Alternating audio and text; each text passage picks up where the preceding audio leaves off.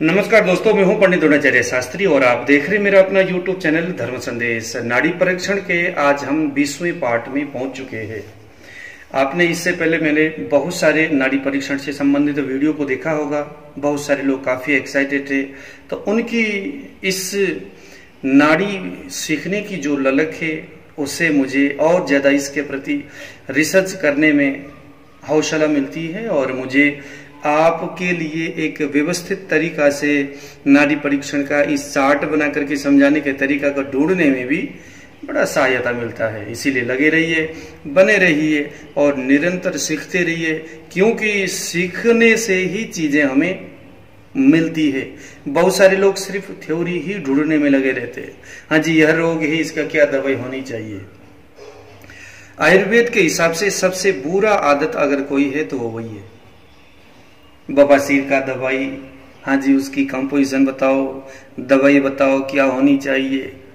तो ये ढूंढने की इस तरह की जो प्रवृत्ति है वो बहुत खराब है, क्योंकि वहां से आपको बवासीर का इलाज कभी नहीं मिलेगा। समझना होगा आपको, इलाज आपको यहीं से स्टेप बाय स्टेप आयुर्वेदिक जो प्रोसेस है उसी के माध्यम से मिलेगा और बहुत सरलता से आप किसी भी पेशेंट के किसी भी तरह के रोग को आसानी से आप उसको समझ करके ट्रीटमेंट दे सकते हैं। अब पेशेंट भी आजकल बहुत बिगड़े हुए हैं। एलोपैथिक वालों ने उनको बहुत ज्यादा खराब किया, उनकी आदत को। वो चाहते हैं कि हमें बस बैठे बैठे ही दवाई मिल जाए, पोस्ट ऑफिस से आ जाए, हमें करना कुछ ना पड़े, बस समस्या ठीक हो जाए। तो इनकी आदत भी थोड़ी सी बिगड़ गई। अदरवाइज जो पेशेंट वाकई में आयुर्वेदिक इन सिस्टम को जो समझते हैं, समझते हुए आयुर्वेदिक प्रोसेस से जो ट्रीटमेंट लेने की इच्छुक है कोई अगर आपके पास आ जाए, तो जरूर आप इस तरह से रोग का आइडेंटिफाई करके आप अगर डायग्नोस करेंगे और इसी के मुताबिक अगर आप उनको ट्रीटमेंट देंगे तो निश्चित आप रोगी के उस भयानक, उस व्यावृत रोग को आप ठीक कर सकते हैं। तो आइए दोस्तों, आज ऑर्गन पल्स के विषय में हम लीवर के फंक्शंस के बारे में आज हम जानेंगे। आज मैं आपको ये एस्ट्रोलॉजिकल मेडिकल साइंस से रिलेटेड जो मतलब कुंडली विश्लेषण भी, इसके माध्यम से भी हम रोगों का आइडेंटिफाई कर सकते हैं। ये एस्ट्रोलॉजी भी बहुत बड़ा साइंस है। अगर आप इसको भी सीखेंगे और यदि आप आयुर्वेद को भी सीखते हो तो साथ में अगर आप ज्योतिष को भी सीख करके अगर आप किसी भी मेडिकल साइंस के नजरिए से आपने ज्योतिष सीखना, ये जरूर ध्यान देना। राहु खराब हो गया, राहु की पूजा करे, इस हिसाब से नहीं। मेडिकल साइंस के नजरिया से कुंडली को देखिए और सीखिए। आपको किसी भी व्यक्ति के रोगों को पहचानने में और विशेष उसकी इलाज करने में आपको बहुत फायदा होगा। ये एक कुंडली मेरे सामने एक लेडीज का है जिसका बहुत, उसको एपिलेप्सी का प्रॉब्लम था। लंबे समय से उसमें बहुत सारे समस्या थे। कुंडली में जब मैंने कहा भाई दवाई से तो कुछ नहीं हो रहा है, आप ऐसा करो कुंडली मुझे देखो, मुझे मेरे पास भेजो। जब मैंने उनका एनालिसिस किया कुंडली का, तो मैंने देखा उनके ब्लड में बहुत बड़ा संक्रमण मुझे समझ में आया। उनके ब्लड के जो सेल है, सेल काफी कमजोर थे, क्योंकि चंद्रमा और बुध जो है संक्रमित अवस्था में, और ट्रांजैक्शन में भी यह जो ग्रह है बुध और चंद्रमा नेगेटिव पोजीशन में है। तो जल तत्व प्रधान चंद्रमा और बुध के इस तरह से खराब होने से मुझे लगा कि इसके शरीर में इम्यून सिस्टम की कमी कमजोरी है। तो यहां से मुझे पता चला कि जिस तरह से हम आयुर्वेदिक तरीका से रोगी को ठीक करने के लिए जो मेद्य रसायन दे रहे थे, उसको न दे करके अब उसके बॉडी को इम्यून सिस्टम बढ़ाने वाली, जैसे लक्ष्मी विलास रस है, जैसे स्वर्ण बसंत मालती रस है, जैसे आपका ये इस तरह के, जैसे स्वर्ण भस्म हो गया, तो ऐसे जो दवाई, जैसे पपीते के पत्ते का रस हो गया, जैसे गेहूं के जवारा उसके स्वरस हो गया, तो यह सभी चीजें हमारे ब्लड को प्यूरिफाइड करता है और ब्लड के अंदर सेल को मजबूत करने का काम करता है। तो जिससे जैसे उनको बार बार साइनस हो रहा था, बार बार उनको जुकाम, नजला, ये सारी चीजें, बुखार वगैरह होता रहता था। तो मुझे वो चीजें फिर बाद में, क्योंकि पेशेंट दूर था, मेरे पास आ नहीं रहे थे, तो मुझे ये कुंडली से पता चला कि इसके चंद्रमा और बुध जो है वो नेगेटिव पोजीशन में है। हो सकता है इसके ब्लड के सेल में प्रॉब्लम है। अब जाकर के जब उस तरह से जब ट्रीटमेंट दिया, उसको सोच करके तब अब वो उनको धीरे धीरे रिकवर हो रहा है उनमें। तो कहने का मतलब हमें कुंडली से भी काफी हद तक सहायता मिल जाती है। आइए जरा समझते हैं हमारे शरीर में जो लिवर फंक्शन है उससे होने वाली विविध रोग, और वो रोग लिवर में कफ से, पित्त से या वायु से किस दोष की प्रधानता से ये समस्या हुआ है, आपको ये आज ध्यान से आपने समझना है, ध्यान से आपने सुनना है। और किसी भी पेशेंट के हाथ के उसकी जो है राइट हैंड के मिडिल फिंगर में जब आप इसको सुपरफिशियली दबाओगे, तो कल हमने बात किया था गॉल ब्लैडर के लिए, लेकिन गॉल ब्लैडर तो सुपरफिशियली हो गया, बट अब हम जाएंगे जरा डीप में जाकर के आपने लिवर के लिए देखना है। समझ में आया? ये सेंटर वाला मिडिल फिंगर को किसी भी लड़का और लड़की के राइट हैंड को पकड़ना है, 3 उंगली वहां सजा करके रखनी है, मिडिल फिंगर को अपने डीपली नीचे तक लेके जाना है, और वहां पर आपको लिवर फंक्शंस के बारे में पता चलेगा। जैसे कल हमने बताया था, सुपरफिशियली आप यहां से गॉल ब्लैडर के बारे में मैंने आपको बड़ी गहराई से, सावधानी से आपको समझाया। दोस्तों, लिवर जो है हमारे शरीर में जो मेटाबॉलिज्म है उसको उसके डिटॉक्सिफाई करने का काम करता है, और उसके साथ साथ कुछ हार्मोन्स का भी निर्माण करने का लिवर का मुख्य काम है। मुख्य काम की जब यहाँ बात आती है तो ये प्रोटीन को भी संश्लेषित करने का काम करता है, और विविध प्रकार के कई सारे जो पाचक द्रव्य है उसका यह उत्पादन करता है। तो यह 3-4 विशेष काम हमारे शरीर में लिवर का है। तो अगर लिवर में प्रॉब्लम होगी तो ब्लड को प्यूरिफाइड करने की जो काम है उसमें गड़बड़ हो जाएगा, और जो पाचक द्रव्यों उत्पादन करने की जो कार्य है उसमें गड़बड़ होगा। तो लिवर के ये विविध प्रकार के, अभी तो हम जरा डिटेल्स में गहराई में जाकर के इसको समझते हैं।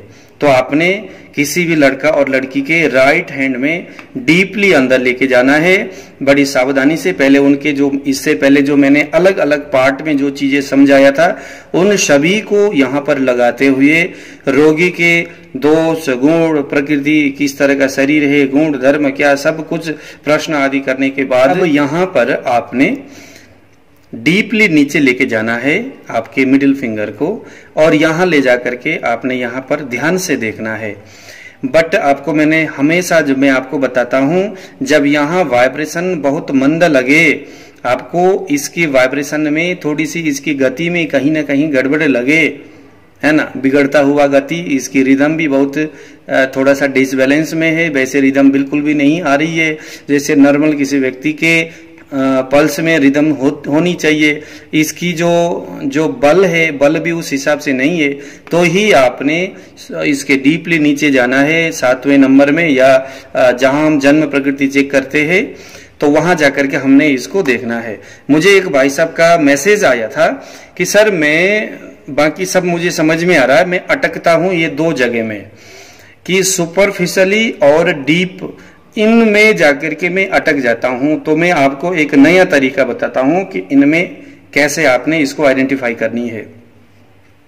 अगर आपने सुपरफिशियली देखना है, इसका मतलब है, मैंने कल परसों भी आपको बताया था, किसी भी व्यक्ति के नाड़ी को पकड़ा और ऊपर आपने स्किन लगाया, लगाने के बाद पहले देखो कि स्किन में उसकी गहराई, उसकी मोटाई, उसकी लंबाई, जो पल्स की जो पंपिंग है वो किस लेवल में है, उसको आपने देखना है, और हल्का सा आपने प्रेस करना है।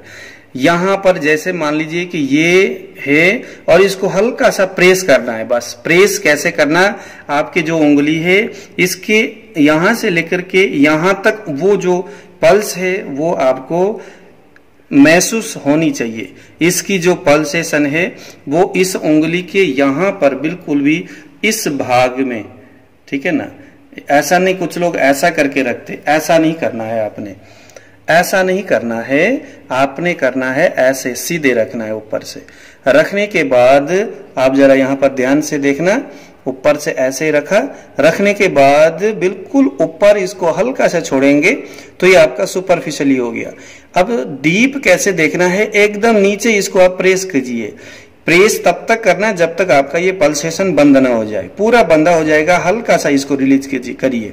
रिलीज जो है हल्का सा करना है इसको, और उसके बाद हल्का सा आपको यहाँ पर वाइब्रेशन महसूस होगा, हल्का सा होगा तो बस वहीं पर टिक जाना है। 4-5 बार तक वहां वाइब्रेशन, वहां पल्सेशन लगने दो। फिर उसके बाद आपने तुरंत आपने वहां पर देखना है, उसको तुरंत देखना है आपने उस जगह में। बार बार दबाते नहीं रहना किसी एक पॉइंट को चेक करने के लिए। ये भी 2-4 चीजें जरूर ध्यान देना। किसी एक चीज, नहीं तो आप फिर कंफ्यूज हो जाओगे, भाई अभी तो यहाँ बज रहा था, ये लग रहा था, बट अभी उधर खिसक गया। ये बार बार खिसकता रहेगा। ये लंबे अनुभव से होता है, तो ये चीजें आप ऐसे ही सीख सकते हो।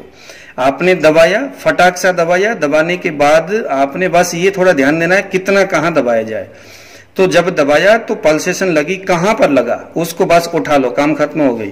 उसके बाद दोबारा फिर कर लो, जोर से दबाओ या जितना उसमें प्रेस करनी चाहिए, सुपरफिशियली ये हल्का सा दबाओ। उसके बाद दिमाग लगाओ कि कहां पर, किस जगह में, सेंटर में, लेफ्ट में या राइट में, कहां पर पल्सेशन हो रही है वो आपने आइडेंटिफाई करनी है। उसके बाद नोट करना है। तीसरे नंबर में भी करो, ठीक है ना। वो बस वो दबा करके वहीं पर बस अपना गाना शुरू मत करना, बस दबाओ। उसके बाद देखो कहां पर लगा और उसके बाद तुरंत उठाओ। ये एक सबसे बेहतरीन तरीका है। वहीं आपको उसी तरह से फिर बार बार उसी कर्नर में, बार बार उसी पार्टिकुलर पॉइंट में आपको यहाँ पर ये वाइब्रेशन आपको महसूस होगा। अदरवाइज आप हो जाएंगे पूरी तरह से कंफ्यूज यदि आप दबाते रहेंगे तो। जैसे आपने सुपरफिशियली ऊपर जैसे उंगली में रखा, थोड़ा सा दबाया, आपको लगा पल्सेशन हो रही है, फिर उठाया, फिर दबाया, जहां पहले लगा था वहां दोबारा लगा कि नहीं, फिर उठाया, 3 बार तक लगाया, फिर आपको 3 बार एक ही जगह में पल्सेशन होती है, तो समझ लो कि ये वाकई में कफ में, पित्त में या वायु में कहां पर हो रहा है उसको नोट कर लो, बस उसको खत्म कर दो। फिर उस मैटर को फिर दूसरे स्टेप में जाओ। जैसे मैंने आपको स्टेप बाय स्टेप ये सारी चीजें आपको मैंने यहाँ पर समझाया था। ओके, इसी तरह से आप इसको, अब डीप में भी आप नीचे चले गए, पूरा पल्सेशन बंद हो गया। उसके बाद हल्का सा इसको रिलीज करना है, जहां पर पल्सेशन लगे बस वहीं पर वो टिके रहो। जब 4 या 5 बार तक आप गिनो किस पॉइंट में यहाँ पर वाइब्रेशन हो रही है और वो कितने बल में है, उसके रिदम क्या है, उसको नोट करके तुरंत आप उसको छोड़ दो। वहां पर उस पॉइंट को छोड़ के दूसरे पॉइंट में आप चले जाओ। यही नाड़ी परीक्षण का सबसे बेहतरीन तरीका है। तो आइए जरा मिडिल फिंगर के डीपली जब हम चले गए तो यहां पर लेफ्ट में अगर वाइब्रेशन हो तो वायु, सेंटर में है तो पित्त, और राइट में अगर होगा तो ये कफ साइन करता है। कफ आप जानते हो कि किसी भी जगह में कफ का साइन होने का मतलब है उस जगह में कोई काफी बड़ा कंस्ट्रक्शन चल रहा है, यानी काफी भारी है। वहां पर वो चीज में भारीपन ज्यादा होगा, उस चीज में दबावपन ज्यादा होगा, हल्कापन बिल्कुल भी नहीं होगा। वो संकीर्णता से, वो एक तरह से है ना, बड़ा इस तरह से कफ, क्योंकि कोई किसी चीज के ऊपर कोई भारी चीज डाल दो उसमें, तो उससे क्या होगा, उस ऑर्गन्स के ऊपर या उस पदार्थ के ऊपर एक प्रकार का दबाव उत्पन्न कर देता है या हो जाता है।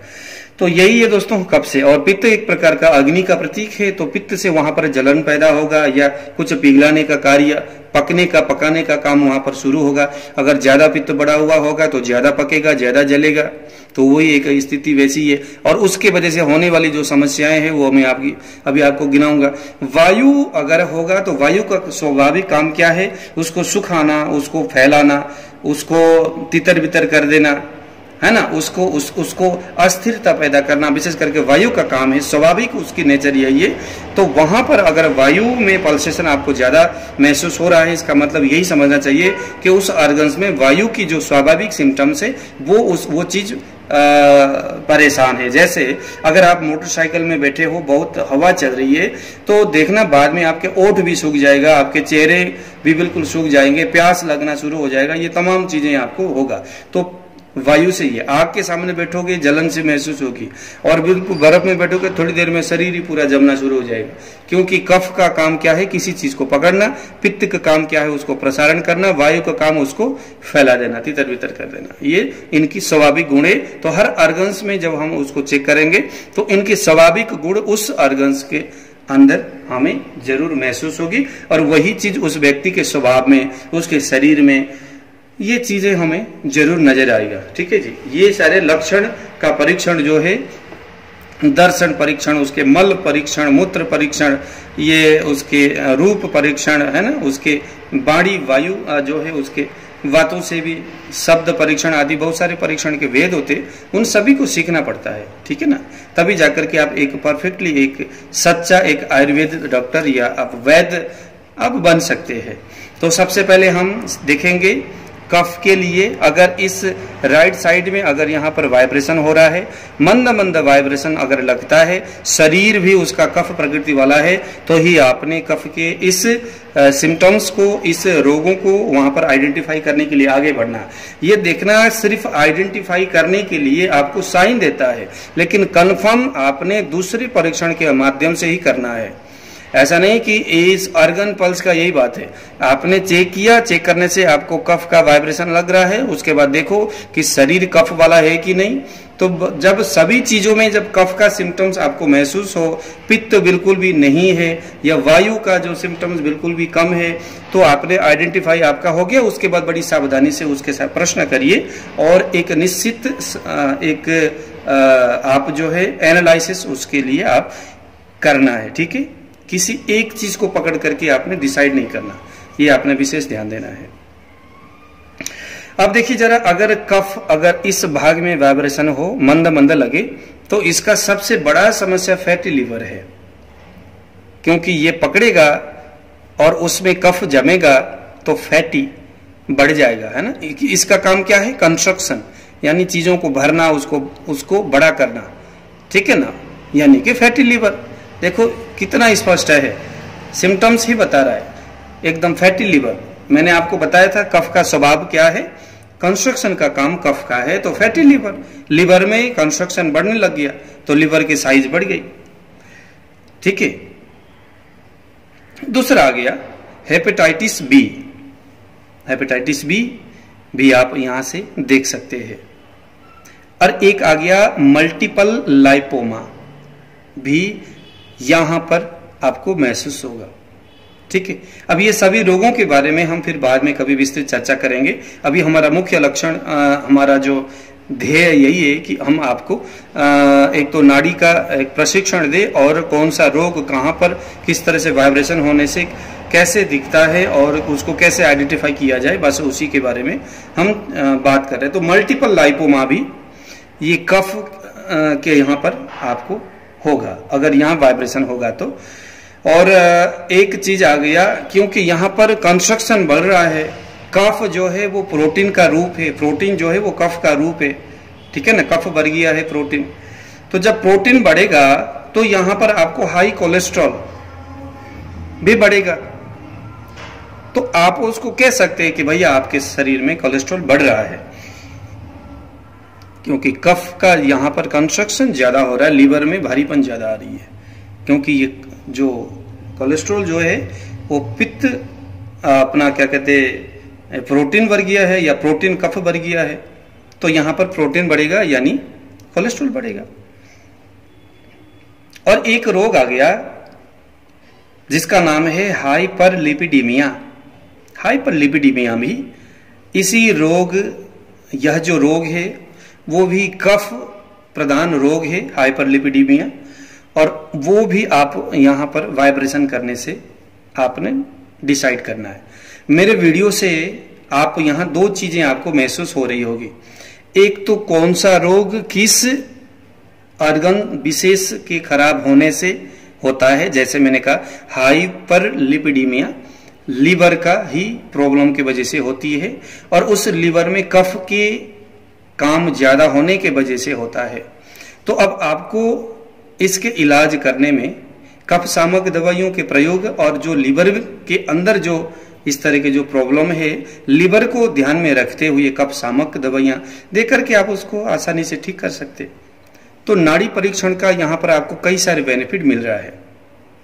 अच्छा, एक रोग आता है जिसका नाम है ओबेसिटी, मोटापन, जो मोटापा जो है शरीर में बढ़ना, है ना, वो भी ओबेसिटी भी ये लीवर का ही एक रोग है, और यहाँ पर कफ के कार्य ज्यादा होने से ये रोग हो रहा है। अच्छा, एक चीज और है जिसका नाम है हाइपरटेंशन। हाइपरटेंशन भी लीवर, क्योंकि लीवर जो है उसके अंदर लीवर जो है अपना जो स्वाभाविक जो कार्य है वो यहाँ कर नहीं पा रहा है। लीवर अपना स्वाभाविक कार्य जो है वो कर नहीं पा रहा है। मैंने आपको इससे पहले बताया था, तरह तरह के हार्मोन्स का उत्पादन लीवर करता है अपने स्वाभाविक कार्य को न कर पाने के कारण। और जो है शरीर में जो मेटाबॉलिज्म यानी चयापचय का डिटॉक्सिफाई करने के काम जो लीवर करता था, उस डिटॉक्सिफाई में कहीं ना कहीं यहाँ पर अब अवरोध उत्पन्न होगा और फलस्वरूप आपको कफ प्राधान्य रोग होंगे, जहां पर हाइपरटेंशन भी एक रोग है। ठीक है जी, जिससे आपके सिर में कई वेदना होंगे और कई सारे प्रॉब्लम्स होंगे। हाइपरटेंशन। अच्छा, अब इसी हाइपरटेंशन के कारण से मिलता जुलता मंद शुक्र यानी सेक्स प्रॉब्लम भी लीवर का ही एक प्रॉब्लम है। लोग जो है पेनिस को उत्तेजित करने वाले विविध दवाइयां लेते हैं, लेकिन सेक्स का जो प्रॉब्लम है, कभी कभी मंद शुक्र होने के वजह से, वीर्य की कमी होने के वजह से जो सेक्स में जो प्रॉब्लम आ रही है, वो इसी लीवर फंक्शंस के वजह से और यहाँ पर कफ के ज्यादा कार्य होने के फलस्वरूप आपको ये समस्या होगी। तो अगर शुक्र मंद है और अगर यहाँ पर इस साइड में अगर वाइब्रेशन ज्यादा लग रहा है, तो आप कह सकते हो कि लीवर के फंक्शंस में प्रॉब्लम है। तो लीवर के लिए जो लीवर में जो कफ बढ़ा हुआ है उसको समन करने वाली दवाइयां लेते हुए जो मंद शुक्र का जो है आपने वहां इलाज अगर करेंगे तो रोगी को निश्चित बेनिफिट होगा। ये तो हो गया आपका कफ से प्रभावित लीवर से होने वाले विविध रोग। अब दूसरा आ गया, अगर सेंटर में वाइब्रेशन होता है, तो मैंने आपको पहले भी बताया था, पित्त का स्वाभाविक जो पंपिंग है, स्वाभाविक जो तेज है, जो गति है, जो बल है, वो 3+ है। वायु का स्वाभाविक बल 1+ है और कफ का स्वाभाविक बल की बात कर रहा हूं मैं, यहां पर रिदम की बात नहीं कर रहा हूं, बल जो है 2+ है। तो 3+ है पित्त का, यानी यह कफ और वायु से थोड़ा ज्यादा इसकी पंपिंग कह सकते हैं, या इसकी जो बल है, जो उछलने की जो कैपेसिटी है, वो कुछ ज्यादा होनी चाहिए। अब आप देखो कि इसकी जो स्वाभाविक गति है, उस गति में कहीं गड़बड़ हो रही है कि नहीं, निश्चित होगी। तो ही आप इस सेंटर में पित्त से होने वाली ये 4-5 तरह की जो समस्या है, वहां पर आपने अपने ध्यान ले जाना है। अगर पित्त अपने स्वाभाविक गति में यहां पर चलता है, तब तो कोई बात ही नहीं है, आप उसको छोड़ करके आगे बढ़ जाओ। अगर इसकी स्वाभाविक गति से मंद होगा, क्योंकि मंद ही होना जरूरी है यहां पर, स्वाभाविक गति से मंद, यहां पर वायु का +1 है, तो स्वाभाविक गति से मंद होनी चाहिए। यहां पर कफ का स्वाभाविक गति जो है 2+ है, तो यहां पर 1+ होनी चाहिए। तो ही आपने यहां पर इन गतियों में यहां पर आपने इन रोगों को चेक करना है। अब 1+ तो 1 हो गया, उससे कम तो क्या माइनस ही हो गया या 0 हो गया। अब 0 में तो कोई वाइब्रेशन होता ही नहीं है, तो फिर क्या होगा? तो 0, 1+ वायु का इस जगह में जो है बहुत मंद कभी कभी नजर आएगा, थोड़ा सा वाइब्रेशन, थोड़ा सा बल जो यहाँ पर जो है ये यहाँ पर लगेगा आपको, पल्सेशन कभी कभी लगेगा, जरा सा लगेगा। तो बस उसी को आपने यहाँ पर आइडेंटिफाई करनी है। तो समझ लो कि हाँ, यहाँ पर वायु के कुछ नेगेटिव गति हो रही है। बट ये जरूर ध्यान देना, अर्गन पल्स में हमने रोगों को आइडेंटिफाई करने के लिए, रोगों को इस जगह में अटेंशन ले जाने के लिए हमें इनकी जो स्वाभाविक गति है उस गति से माइनस में अगर होगा तो ही हमें यहां पर जाना, अदरवाइज नहीं जाना। तो आइए जरा पी में यहां पर सबसे पहले हेपेटाइटिस ए। लीवर में गर्मी बढ़ने से हेपेटाइटिस ए होती है। आप जानते हो लीवर का ही फंक्शन है जॉन्डिस। पीलिया जो है लीवर से ही होती है। अगर किसी को पीलिया हो रही है तो पीलिया लीवर में गर्मी के होने से पीलिया होती है। तो यह पीलिया भी आपको इस सेंटर में लगेगा। अब आज के बाद आप देखो, कोई पीलिया के रोगी आ गया, उसके यहां पर जब आप इसको डीपली अंदर ले जाओगे तो यहां पर सेंटर में आपको वाइब्रेशन लगेगा, फिर आप उछलोगे एक बार खुशी के मारे, यार ये तो बहुत मस्त, बहुत मजा आ रहा है यहाँ पर, ठीक है ना। तो इसी तरह से भी आप रोगियों का आप यहाँ पर चेक कर सकते हैं। कोई भी रोगी आपके सामने आता है तो देखो वो रोग किस उंगली से कौन सी जगह में उसके वाइब्रेशन हमने यहाँ पर बताया है, आप तो सारे नोट कर ही रहे होंगे। तो वहां पर देखो तो आपको वो चीजें वहां जरूर नजर आएगी। तो आपको नाड़ी परीक्षण के प्रति फिर एक विश्वास आपको यहाँ बनेगा। तो अच्छा, काफी समय काफी ज्यादा चढ़ रहा है ऊपर, तो मैं थोड़ा फटाफट करूं। तो हेपेटाइटिस ए, जॉन्डिस, ठीक है ना। और एक स्थिति है जहां पर क्रोध, किसी लोगों में ना जैसे क्रोध होना, बहुत ज्यादा गुस्सा हो जाता है, नफरत की इतनी ज्वाला, इतनी तीव्र आग, मतलब कोई आदमी अगर किसी के पीछे पड़ गया तो बस समझ लो पीछा पड़ गया, जीवन पर्यंत उसको कभी भूलेगा भी नहीं, कभी छोड़ेगा भी नहीं, कभी माफ भी नहीं करेगा, ऐसा नहीं करेगा, ऐसा स्वभाव होता है किसी में, जिसे डीप सीटेड एंगर बोला जाता है, यानी क्रोध की पराकाष्ठा, नफरत की पराकाष्ठा, इतना नफरत। तो यह भी लीवर में गर्मी की वजह से होती है, ठीक है। तो ये एक रोग हो गया। अच्छा, एक CFS, यह भी एक रोग है, क्रोनिक फटीग सिंड्रोम।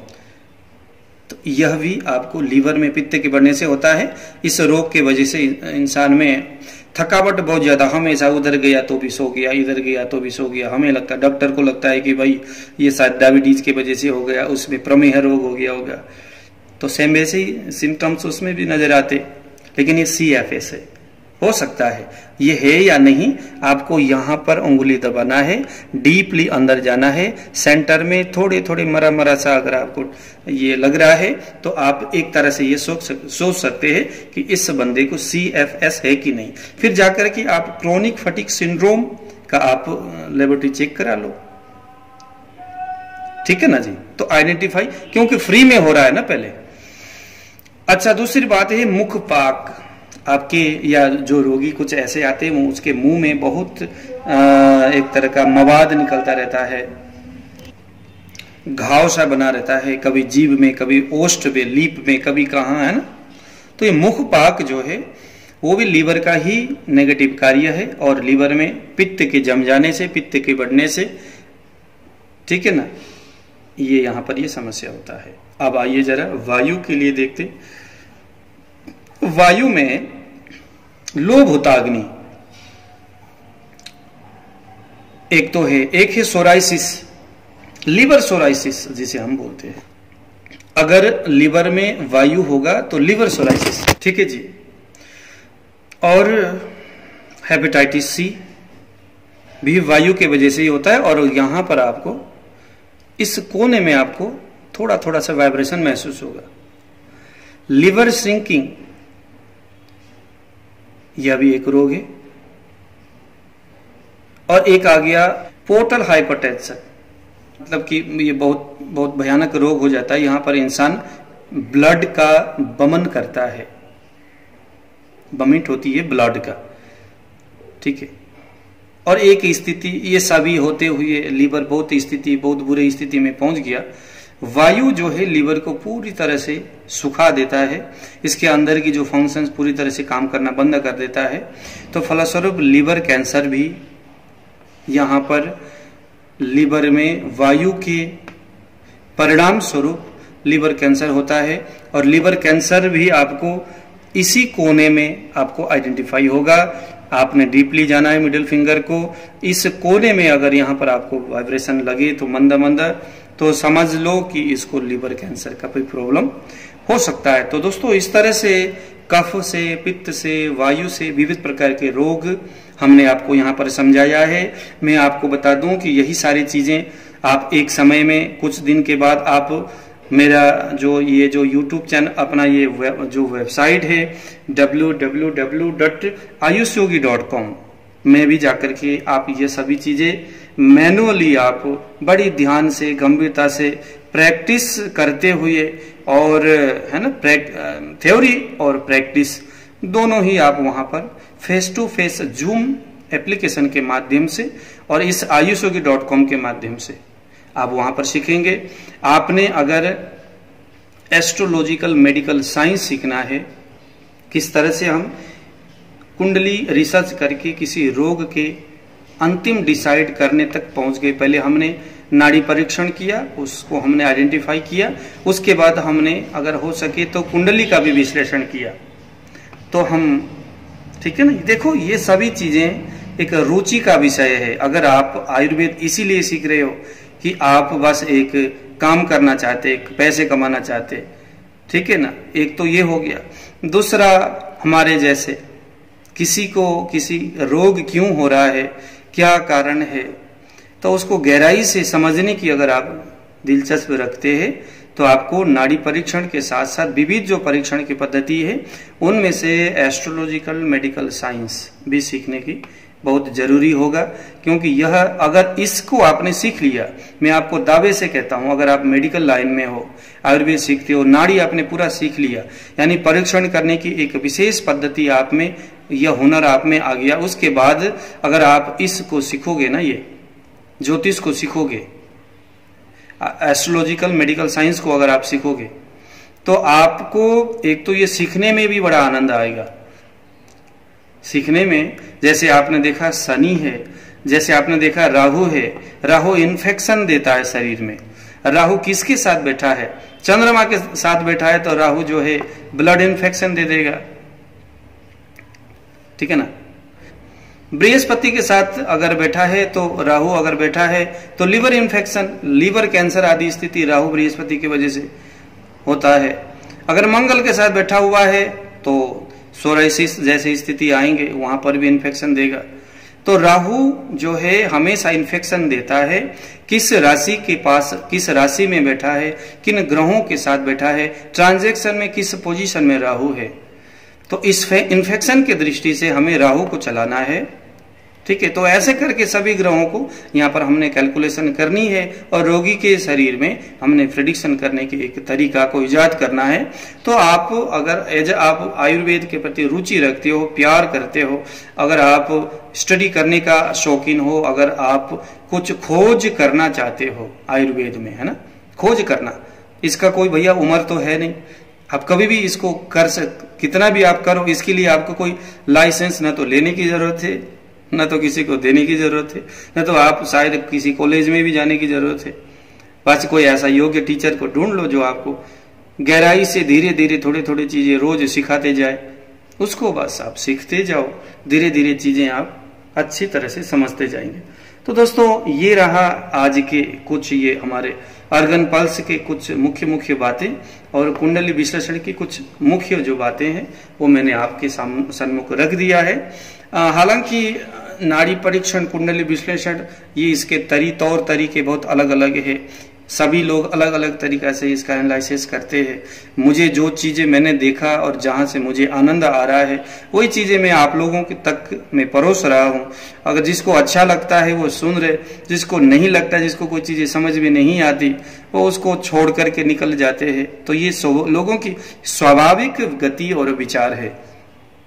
मैं भी बहुत सारे लोगों के विचार को सुनता हूं, उन विचारों में से जो विचार मुझे बहुत अच्छा लगता है, जो मेरे खुद के रिसर्च के साथ जो मैच करता है, मैं उसके साथ इंगित रहता हूं, मैं उसके विचारों को हमेशा सुनता हूं और मैं अपने विचारों के साथ उसको जोड़ने का प्रयास करता हूं। तो यही प्रयास शायद आप भी करते होंगे, ठीक है ना। इसीलिए मैं ये नहीं कहता कि ये मेरा जो रिसर्च है, मैंने जो चीजें सीखा हुआ है, यह बिल्कुल परफेक्ट होगा, यही चीजें बिल्कुल परफेक्ट है। तो ऐसा भी शायद मुझे कहना गलत होगा, क्योंकि मेरे विचारों के साथ अगर आप सहमत होंगे तो जरूर ये चीजें आपको पसंद आएगा। अगर मेरे विचार के साथ सहमत ना होकर के नाड़ी सिखाने वाले किसी दूसरे टीचर के विचारों के साथ आपका विचार मेल खाता है तो जरूर आप उनसे सीखिए, ठीक है ना। हालांकि चीजें वही है, कहीं ना कहीं घूम करके आपने इसी मेथड में आना है। बस सिखाने की, समझाने की जो तौर तरीके वो सबके थोड़े से अलग अलग होते हैं। तो दोस्तों आज मुझे दीजिए विदा। आने वाले दिनों में मैं फिर इसी प्रकार से नाड़ी परीक्षण और एस्ट्रोलॉजिकल एनालिसिस किस तरह से एक पेशेंट के ऊपर हम कर सकते और उसके रोगों को आइडेंटिफाई किया जा सकता है, इस विषय में हम, ये क्योंकि लंबा विषय है तो हम धीरे धीरे करके अपने वीडियो के साथ हम आपको भी सिखाते रहेंगे। तो दोस्तों मुझे दीजिए विदा। जय श्री राम।